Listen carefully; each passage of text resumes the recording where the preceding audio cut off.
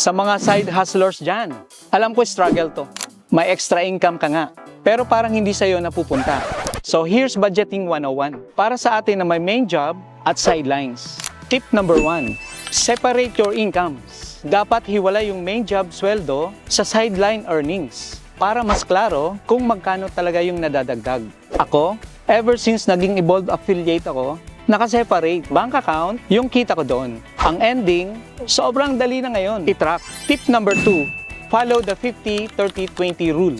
50% essential and daily expenses. 30% want, 20% savings or investment. Yung kinikita ko sa Evolve, diretso na siya sa savings para consistent ang ipon. Tip number 3, reinvest a portion. Huwag lahat gastusin. Ako, maliit lang ang capital ko sa Evolve. Pero dahil merong extra earning, nilalagay ko rin sa ibang bagay. Minsan, pangbayad ng bills. Minsan, dagdag sa emergency fund. Ang maganda kasi, sa sideline ko sa Evolve, flexible siya. Walang hassle sa inventory at shipping. And low capital. Kaya hindi ako nabibigatan. Pero steady pa rin yung growth. Kaya kung may sideline ka, budget your earnings wisely. Remember, hindi lang to dagdag income. Dagdag security rin. At kung kagaya mo ako, na Evolve affiliate, alam mong mas enjoy yung feeling dahil merong growth sa bulsa. Pati sa buhay.